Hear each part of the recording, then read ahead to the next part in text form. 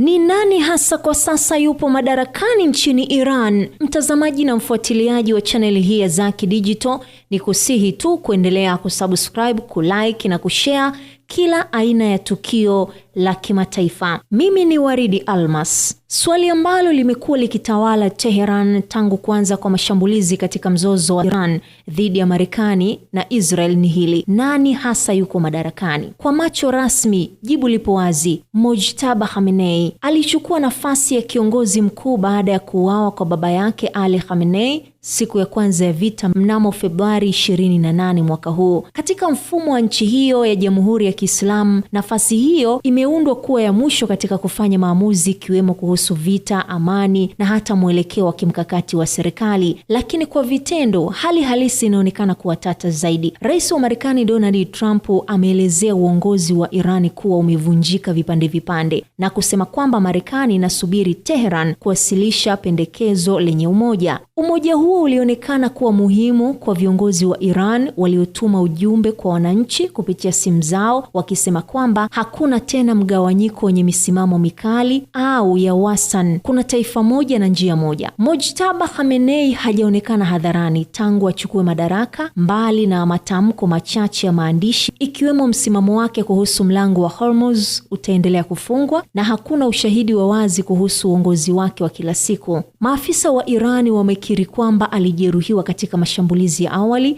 lakini hawajatoa maelezo ya kina zaidi kuhusiana na hili. Gazeti la New York Times liliripoti kwamba huenda alipata majeraha kadhaa, ikiwemo ya usoni yaliyomfanya kushindwa kuzungumza vizuri. Kutokuwepo kwake kuna athari kubwa sana katika mfumo wa Iran. Nguvu haipo tu kwenye taasisi, bali pia inaonekana kupitia uwepo na hata vitendo vya kiongozi. Baba yake marehemu alikuwa akitoa mwelekeo kupitia hotuba, mikutano iliyopangwa na hata wapatanishi kati ya makundi tofauti. Sasa jukumu hilo linaonekana kukosekana. Hali hii imeacha nafasi ya tafsiri tofauti. Wengine wanasema Mojtaba Khamenei hakupata muda wa kujenga nguvu zake kutokana na kuingia madarakani wakati wa vita. Wengine wanahoji kama hali yake ya kiafya inamruhusu kuongoza kikamilifu. Kwa sasa inaonekana maamuzi yanachukuliwa kwa upana zaidi ama kugawanyika zaidi kuliko hapo awali. Diplomasia ni jukumu la serikali. Waziri wa mambo ya nje Abbas Araghchi ameendelea kuiwakilisha Irani katika mazungumzo na Marekani chini ya Rais Masoud Pezeshkian. Hata hivyo, hakuna dalili kuwa wao ndio wanaupanga mkakati mkuu.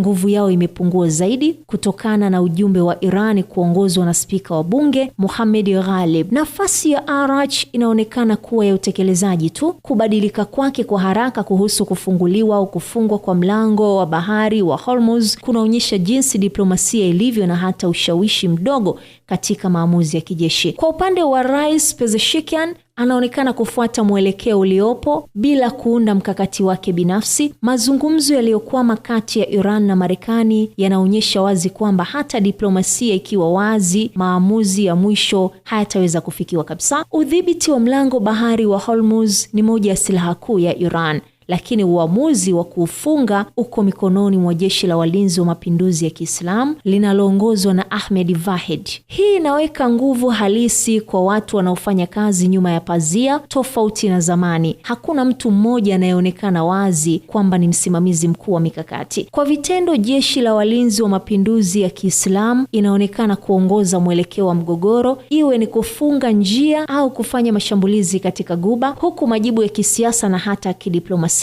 yakifuata hapo baadaye. Hii inamaanisha kwamba mfumo umevunjika, lakini inaonyesha kwamba jeshi limeongeza uhuru wake katika kufanya maamuzi zaidi. Mohammad Ghalib, aliyewahi kuwa kamandi mkuu wa jeshi la walinzi wa mapinduzi ya Kiislamu na sasa ni spika wa bunge, ameibuka kama mmoja wa watu wenye ushawishi mkubwa kwa sasa hivi. Amehusika kuratibu mazungumzo, kuzungumza na umma na hata kutoa maelezo ya hali ya vita kwa mtazamo wa uhalisia zaidi kuliko ule wa kisiasa au wa kiitikadi. Hata hivyo, msimamo wake ni hatari kwa siasa. Anasema anatekeleza matakwa ya Khamenei, lakini hakuna ushahidi wa wazi wa mawasiliano ya moja kwa moja kati yao. Katika mfumo unaotegemea ishara kutoka juu, hali hii ya kutokuwa na uwazi ina maana kubwa zaidi. Kwa ujumla, mabadiliko haya yanaonyesha mfumo unaoendelea kufanya kazi, lakini bila utaratibu ulio wazi na unaoeleweka zaidi. Kiongozi mkuu yupo, lakini haonekani. Rais yupo, lakini haongozi kikamilifu. Diplomasia ipo, lakini haina maamuzi ya mwisho. Jeshi lina nguvu, lakini hakuna kiongozi mmoja anayeonekana wazi. Wanasiasa wanajitokeza, lakini hawana uhalali kamilifu. Hii si dalili ya kuanguka kwa mfumo. Jamhuri ya Kiislamu bado ipo na inasimama, lakini inaonyesha changamoto kubwa zaidi: ugumu wa kubadili nguvu iliyonayo, kuwa na mkakati ulio wazi wakati wa shinikizo kubwa.